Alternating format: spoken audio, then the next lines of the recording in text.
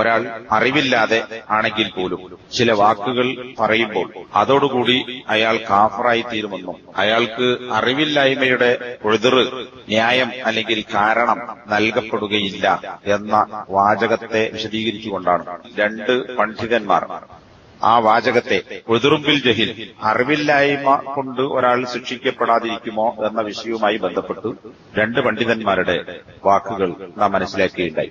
ഇതേ വാചകത്തെ സംബന്ധിച്ച് Sheikh Muhammad bin Salih അൽ ഉസൈമീൻ അദ്ദേഹത്തിന്റെ ഷെയ്ഖ് അബ്ദുൽ വഹാബിന്റെ നമ്മൾ വായിച്ചുകൊണ്ടിരിക്കുന്ന കശ്ഫ് ശുബ്ഹാത്ത് എന്ന് പറയുന്ന പുസ്തകത്തിന്റെ വിശദീകരണത്തിൽ ഷെയ്ഖ് ഉസൈമീൻ പറയാൻ തഅലീഖുനാ അലാ ഹാദിഹിൽ ജുംല മിൻ കലാമിൽ മുഅല്ലിഫ് റഹിമഹുല്ലാ, ഈ ഗ്രന്ഥകർത്താവായ അതായത് മുഹമ്മദ് അബ്ദുൽ വഹാബിന്റെ സംസാരത്തിലുള്ള ഈ വാചകത്തെക്കുറിച്ച് നമുക്ക് പറയാനുള്ള അഭിപ്രായം, തഅലീഖ് അനുബന്ധം, അതായത് ഒരാൾ കുഫ്റിന്റെ ഒരു വാക്ക് പറഞ്ഞാൽ അതുകൊണ്ട് അയാൾ കാഫറായി തീരും, അയാൾ അറിവില്ലാതെയാണ് പറഞ്ഞത് എങ്കിൽ പോലും, ഇതാണ് ഇവിടുത്തെ വാചകം, അങ്ങനെയുള്ള ആൾക്ക് ഉദ്ർ നൽകപ്പെടുകയില്ല, അറിവില്ലായ്മയുടെ ആനുകൂല്യം നൽകപ്പെടുകയില്ല എന്ന ഷെയ്ഖ് മുഹമ്മദ് അബ്ദുൽ വഹാബിന്റെ വാചകത്തെക്കുറിച്ച് ഷെയ്ഖ് ഇബ്നുൽ ഉസൈമീൻ പറയാണ്, ലാ അളുന്നു ഷെയ്ഖ് റഹിമഹുല്ലാ ലാ യറൽ ഉദ്ര ബിൽ ജഹൽ അല്ലാഹുമ്മ ഇല്ലാ അൻ യകൂന മിൻഹു تفريط بترك التعلم مثل أن يسمع بالحق فلا يلتفت إليه ولا يتعلم وهذا لا يعذر بالجهل. അറിവില്ലാതെ ഒരാൾ ഒരു കുഫറിന്റെ വാചകം പറഞ്ഞാൽ പോലും അവൻ കാഫറായി തീരും, അവന് അറിവില്ലായ്മയുടെ ഒരു ഉദ്ർ നൽകപ്പെടുകയില്ല. അതിനെ വിശദീകരിച്ചാണ് പറയുന്നത്, ഉദ്റുൽ ജഹിൽ തീരെ ഇല്ല എന്ന് മുഹമ്മദ് അബ്ദുൽ വഹാബിന് അഭിപ്രായമുണ്ട് എന്ന് ഞാൻ വിചാരിക്കുന്നില്ല. എന്ന് പറഞ്ഞാൽ എന്താ, ഈ വാചകം അങ്ങനെ തന്നെ എടുക്കാൻ പറ്റില്ല. ഉദ്റുൽ ജഹിൽ ഉണ്ട്, തീരെ ഇല്ല എന്നല്ല, ഉണ്ട് എന്നാണ് മുഹമ്മദ് അബ്ദുൽ വഹാബിന്റെ വീക്ഷണം. ശരിയാണ്, തർക്കമില്ല. പക്ഷെ അടുത്ത വാചകം നമ്മൾ ശ്രദ്ധിക്കണം, ഇല്ലാ അൻ യകൂന മിൻഹു തഫ്രീത്ത്, ഒരാളിൽ നിന്ന് തഫ്രീത്ത് വീഴ്ച വരുത്തുക എന്നത് ഉണ്ടായാൽ ഒഴികെ. അപ്പൊ ഉദ്റുൽ ജഹിൽ ഉണ്ട്, എന്നാൽ ആർക്കില്ല? ഒരാൾ വീഴ്ച വരുത്തി. എന്ത്? ബിതർക്കി തഅല്ലുമി, പഠിക്കുക എന്ന കാര്യം ഉപേക്ഷിച്ചുകൊണ്ട്. അള്ളാഹുവിനെ മാത്രമേ ആരാധിക്കാൻ പാടുള്ളൂ, ശിർക്ക് ചെയ്യാൻ പാടില്ല, ഖുർആൻ എന്താണ് പറഞ്ഞത്, നബി സല്ലല്ലാഹു അലൈഹി വസല്ലം എന്താണ് പഠിപ്പിച്ചത് എന്ന് പഠിക്കുന്ന കാര്യം ഒഴിവാക്കിക്കൊണ്ട് വീഴ്ച വരുത്തിയ ആൾക്കൊഴികെ എന്ന് പറഞ്ഞാൽ അവന് ഉദ്റില്ല, ഉദ്റുമ്പിൽ ജഹിലില്ല. ഒരുത്തരം പഠിക്കാനുള്ള അവസരം ഉണ്ടായി, ഖുർആൻ കേൾക്കാനുള്ള അവസരമുണ്ടായി, മുഹമ്മദ് എന്നൊരു പ്രവാചകൻ വന്നിട്ടുണ്ട്, ആ പ്രവാചകനിലൂടെ നൽകപ്പെട്ട വേദഗ്രന്ഥമാണ് ഖുർആൻ എന്ന് കേട്ടാൽ മതി. കേട്ട ആളുടെ ബാധ്യതയാണ് എന്താണ് ഖുർആൻ, ഇവിടെ മുസ്ലിം എന്ന ആൾക്കാരുണ്ടോ, അവരാരാണ്, അവരുടെ വിശ്വാസം എന്താണ്, എന്താണ് അവർ പറയുന്നത് എന്ന് പഠിക്കാതെ അതിൽ വീഴ്ച വരുത്തിയാൽ അവന് ഉദ്റുമ്പിൽ ജഹിലില്ല.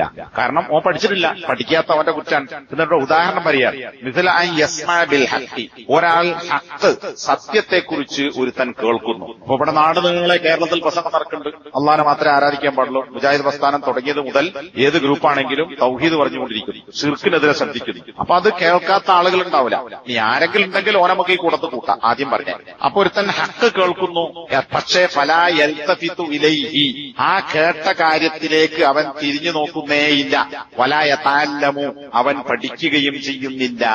ഫഹാദാ ലാ യുഅ്ദറു ബിൽ ജഹ്ലി, അങ്ങനെ പഠിക്കാൻ അവസരമുണ്ടായിട്ടും പഠിക്കാത്ത ഇവന് അറിവില്ലായ്മയുടെ ആനുകൂല്യം നൽകപ്പെടുകയില്ല. അപ്പൊ വളരെ വ്യക്തമാണ്. ഇതാണ് ഷെയ്ഖ് മുഹമ്മദ് അബ്ദുൽ വഹാബിന്റെ അഭിപ്രായം എന്ന് ആരാ പറയണത്? ഷെയ്ഖ് മുഹമ്മദ് സാലിഹ് അൽ ഉസൈമീൻ. അപ്പോ ഇന്നിപ്പോ നമ്മുടെ നാട്ടിൽ ഇത് വലിയൊരു ചർച്ചാ വിഷയമാണ്. ചില ആളുകൾ ഇതൊരു വലിയ ചർച്ചാ വിഷയമാക്കി കൊണ്ടുവരികയും എന്നിട്ട് ചില സംസാരങ്ങൾ ഇപ്പൊ അടുത്ത് നടന്നു. അതിൽ പറയണ എന്താ, രണ്ടഭിപ്രായം പണ്ഡിതന്മാർക്കിടയിൽ ഉണ്ട് ഈ വിഷയത്തിൽ. അപ്പൊ രണ്ടഭിപ്രായമുള്ള വിഷയത്തിൽ ഏതും സ്വീകരിക്കാം എന്ന മട്ടിൽ അറിവില്ലായ്മന്റെ ആനുകൂല്യമല്ല എന്ന അഭിപ്രായമുണ്ട്, ഉണ്ട് എന്ന അഭിപ്രായമുണ്ട് എന്ന് പറഞ്ഞിട്ട് പിന്നെ ഉണ്ട് എന്ന അഭിപ്രായത്തെ സ്ഥാപിക്കാൻ ശ്രമിക്കുകയാണ് ചില ആളുകൾ. അപ്പൊ ഇവിടെ നമ്മൾ വേർതിരിച്ച് മനസ്സിലാക്കേണ്ട വിഷയമാണ്, ഉദ്റുൽ ജഹിൽ ഉണ്ട് എന്നതിൽ ആർക്കും തർക്കമല്ല. ഷെയ്ഖ് ഉസൈമീൻ പറഞ്ഞു ഉദ്റുൽ ജഹിൽ ഉണ്ട്. ഇല്ല എന്ന് മുഹമ്മദ് അബ്ദുൽ വഹാബിന് അഭിപ്രായമുണ്ട് എന്ന് ഞാൻ ധരിക്കുന്നില്ല. നമ്മൾ മനസ്സിലാക്കണതാണ് ഉദ്റുൽ ജഹിൽ ഉണ്ട്. പക്ഷെ ആർക്കാണുള്ളത് ആർക്കാണില്ലാത്തത് അത് വേർതി മനസ്സിലാക്കണം. ഇന്നിപ്പോ ഇവിടെ ചില ആളുകൾ പറയുന്നത് നമ്മുടെ കേരളത്തിലുള്ള ജാറങ്ങളിൽ നിന്ന് എഴുന്നേറ്റ് പോരാത്ത അള്ളാഹു അല്ലാത്തവരെ ആരാധിച്ചുകൊണ്ടിരിക്കുന്ന സമസ്തയിൽപ്പെട്ട അത്തരം വിശ്വാസവും പ്രവർത്തനങ്ങളും വെച്ചു പുലർത്തുന്ന ആളുകൾക്കൊക്കെ അറിവില്ലായ്മയുടെ ആനുകൂല്യമുണ്ട്. കാരണം ഇവർക്ക് വിവരമില്ലാത്തതുകൊണ്ടാണ്. വിവരമില്ലാത്ത അറിവില്ലാത്തവൻ ചെയ്താൽ അവനത് ശിർക്കാണ് എന്ന് പറയാമെങ്കിലും അവൻ മുശ്രിക്കാണെന്ന് പറയാൻ പറ്റൂല. അതുകൊണ്ട് അവരെയൊക്കെ മുസ്ലിങ്ങളായി കൂട്ടണം, അവരുടെ പിന്നിൽ പോയി നമസ്കരിക്കണം, അവർ മരിച്ചാൽ അവർക്ക് വേണ്ടി ജനാസ നമസ്കരിക്കണം, അവരറുത്തത് തിന്നാം, അവർക്ക് കെട്ടിച്ചു കൊടുക്കാം, ഇങ്ങോട്ട് കെട്ടിക്കൊണ്ടുവരാം, ഒരു വ്യത്യാസം വരുത്തേണ്ടില്ല. കാരണം ഒരു വിവരമില്ലാത്തവൻ ചെയ്താണ്. അപ്പൊ വിവരമില്ലാത്തതിന്റെ ആനുകൂല്യം അവർക്ക് കൊടുക്കണം, അതുകൊണ്ട് അവരെയും മുസ്ലിങ്ങളായി പരിഗണിക്കണം എന്നാണ് ഒരു കൂട്ടം ആളുകൾ വാദിച്ചുകൊണ്ടിരിക്കുന്നത്. പക്ഷേ ഈ വാദം പറയുകയും അതിനുവേണ്ടി പരിപാടികൾ സംഘടിപ്പിക്കുകയും ചെയ്യുന്ന ആളുകൾ യഥാർത്ഥത്തിൽ വസ്തുത മനസ്സിലാക്കാതിരിക്കുകയോ മനഃപൂർവ്വം ആളുകളെ തെറ്റിദ്ധരിപ്പിച്ച് പിഴപ്പിക്കുകയോ ചെയ്യുന്നു എന്നതാണ് നമുക്ക് മനസ്സിലാകുന്നത്. കാരണം ഇവിടെ വ്യക്തതാണ്,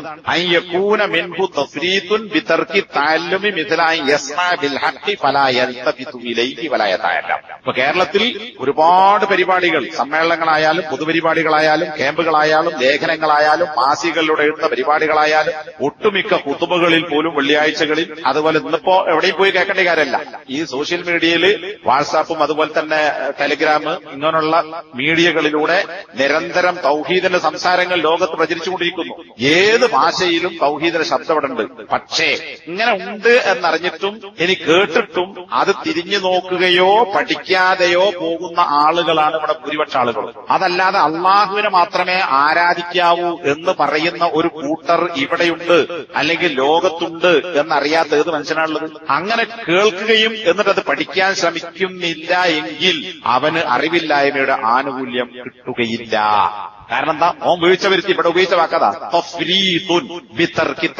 ഫറത്ത എന്നാൽ വീഴ്ച വരുത്തുക എന്നാൽ പഠിക്കുന്ന കാര്യത്തെ ഉപേക്ഷിച്ച് വീഴ്ച വരുത്തുക.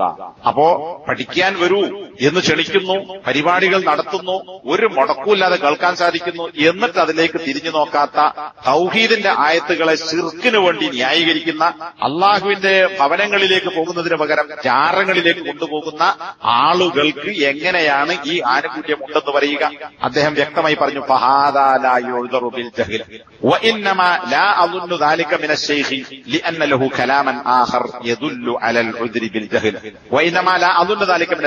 ഷെയ്ഖിൽ നിന്ന് ഇത് ഇല്ലെന്ന് ഞാൻ വിചാരിക്കുന്നില്ല എന്ന് പറഞ്ഞാൽ തീരെ ഉഴുതിറില്ല എന്ന് പറയുന്നില്ല. ഉഴുതിറുണ്ട്, പക്ഷെ ആർക്കാണ്? എന്നിട്ട് അദ്ദേഹം പറയാണ്, ഷെയ്ഖിന്, അതായത് മുഹമ്മദ് അബ്ദുൽ വഹാബിന് വേറെ ഒരു വാചകമുണ്ട്. ആ വാചകം എന്താണ്? യദുല്ലു അലൽ ഉദ്രി ബിൽ ജഹ്ലി, അറിവില്ലായ്മയുടെ ആനുകൂല്യം എന്ന് സൂചിപ്പിക്കുന്നതാണ്. അപ്പൊ എന്താ? രണ്ടും പറഞ്ഞിട്ടുണ്ട്. രണ്ടും ആരെ സംബന്ധിച്ചാണ് എന്ന് വ്യക്തമായി മനസ്സിലാക്കണം. ആർക്കുണ്ട്? കേൾക്കാൻ അവസരം കിട്ടാത്ത ആളുകൾക്ക് ഉദ്റും ബിൽ ജഹലുണ്ട്. എന്നാൽ കേൾക്കാൻ അവസരമുണ്ടായിട്ടും അത് ശ്രദ്ധിക്കാത്ത, പഠിക്കാത്ത ആളുകൾക്ക് ഉദ്റും ബിൽ ജഹൽ തൗഹീദിന്റെ കാര്യത്തിൽ ഏതായാലും ഇല്ല എന്നാണ് അദ്ദേഹം സമർപ്പിച്ചിട്ടുള്ളത്. ഇനി ശൈഖ് ഇബ്നുൽ ഉസൈമീൻ തന്നെ അദ്ദേഹം പറയുന്നുണ്ട്, ചില അറബ് നാടുകളിൽ നിന്ന് പോലും ചില ആളുകൾ നമ്മുടെ നാട്ടിൽ വരുന്നു. എവിടെ? സൗദി അറേബ്യയിൽ മക്കത്തും മദീനത്തും ഹജ്ജിനും ഉംറയ്ക്കായിട്ട് വരുന്ന ആളുകളെ കുറിച്ച് അദ്ദേഹം പറയുന്നത്. ആ കൂട്ടത്തിൽ സാധാരണക്കാരായ മുശ്രിക്കുകളായ ആളുകളുണ്ട്. മുശ്രിക്ക് ഹജ്ജിന് പോവോ? ഇല്ല. പിന്നെ ആരെ കുറിച്ചാണ് പറയുന്നത്? അതും നമ്മുടെ നാട്ടിലെ ഇന്ത്യയെന്നോ അല്ലെങ്കിൽ പാകിസ്ഥാനെന്നോ പോണ ആളുകളെ കുറിച്ചല്ല.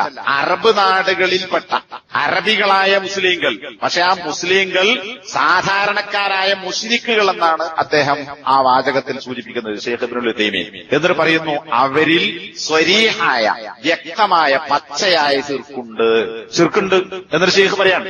അവരോട് പറയപ്പെടും, നിങ്ങളുടെ ഈ വിശ്വാസം ശിർക്കാണെന്ന് അവരോട് പറയപ്പെടും. യുഖാലു ലഹും, അവരോട് പറയപ്പെടും. പക്ഷേ അവരത് ശ്രദ്ധിക്കുകയോ അന്വേഷിക്കുകയോ ഇല്ല. അതുകൊണ്ട് തന്നെ അത്തരം ആളുകൾക്ക് ഉദ്റും ബിൽ ജഹൽ ഇല്ല. അപ്പോ മുഹമ്മദ് അൽ വഹാബിന്റെ അഭിപ്രായം ഇന്നതാണ് എന്ന് പറഞ്ഞ ശൈഖ് ഇബ്നുൽ ഉസൈമീൻ തന്റെ വീക്ഷണം ഇതുതന്നെയാണ് എന്ന് മറ്റൊരു സ്ഥലത്ത് അദ്ദേഹത്തിന്റെ ഖുർആൻ തഫ്സീറിൽ അദ്ദേഹം വിശദീകരിച്ചിട്ടുണ്ട്. അപ്പൊ എന്ത് മനസ്സിലായി? ഒരാളെ പറഞ്ഞിട്ട് മനസ്സിലാക്കി അയാളെ കൊണ്ട് അംഗീകരിപ്പിക്കേണ്ടതുണ്ടോ? ഇല്ല. അത് കഴിഞ്ഞ ക്ലാസ്സിൽ നമ്മൾ പറഞ്ഞു, ഞാൻ പറഞ്ഞല്ല, പണ്ഡിതന്റെ വീക്ഷണം വെച്ച് പറഞ്ഞു. തെളിവ് ഒരാൾക്ക് അറിയിച്ചു കൊടുക്കുക എന്നുള്ളത് ഒരു വിഷയമാണ്. ഇതൊരു വലിയ പറയുന്ന തെളിവാണ്, അത്ര മനസ്സിലായാൽ മതി. പിന്നെയോ ആ തെളിവ് മനസ്സിലാക്കി അത് ഉൾക്കൊള്ളുക എന്നുള്ളത് വേറൊരു വിഷയമാണ്. അപ്പൊ നമ്മൾ ആളുകൾക്ക് പറഞ്ഞെടുത്താൽ മതി. കാരണം മുഹമ്മദ് സാലിഹ് ഉസൈമിന്റെ ആ വാചകത്തിൽ അതാണുള്ളത്, യുഖാലു ലഹും, അവരോട് പറയപ്പെടും ഇത് ശിർക്കാണ്. ഓന് ബോധ്യപ്പെട്ടോ? ബോധ്യപ്പെടാതിരിക്കാം. ബോധ്യപ്പെട്ടാലില്ലെങ്കിലും ശരി, നിന്റെ വിശ്വാസവും പ്രവൃത്തിയും ശിർക്കാണ് എന്ന് പറഞ്ഞിട്ട് അതിനെക്കുറിച്ച് എന്താ ഇയാൾ ഇങ്ങനെ പറയാൻ എന്ന് അതിനെക്കുറിച്ച് അന്വേഷിക്കാതെ പോകുന്നവന് ഓന് ഹുജ്ജത്തെത്തിക്കഴിഞ്ഞു. ഇത് ശിർക്കാണ് എന്നൊരു വാക്ക് ഇവിടുന്ന് കേട്ടു. അത് എന്തുകൊണ്ട് എന്നതിന്റെ ബാക്കി കാര്യം പഠിച്ചന്വേഷിച്ച് സ്വീകരിക്കേണ്ടത് അവന്റെ ബാധ്യതയാണ്. അറിയാണ്, അവൻ അന്വേഷിക്കാൻ പോയില്ല. ഇവിടെ പറഞ്ഞതുപോലെ ഫലായൽതഫിതുഇലൈഹി വലായതഅല്ലം, കേട്ട കാര്യത്തിലേക്ക് ശ്രദ്ധ കൊടുത്തില്ല, പഠിക്കാൻ പോയില്ല. അങ്ങനെയുള്ള ആളുകൾക്ക് ഉദ്റും ബിൽ ജഹിൽ ഇല്ല.